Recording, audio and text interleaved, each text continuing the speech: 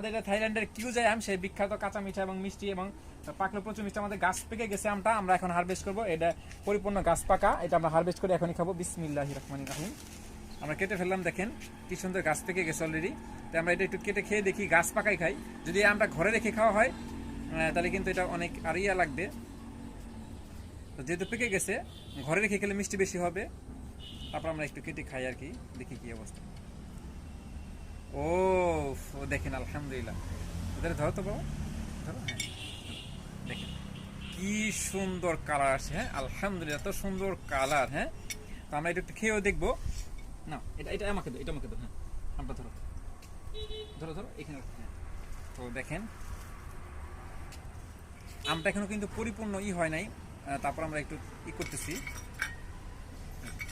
বিসমিল্লাহির রহমানির রহিম। আলহামদুলিল্লাহ।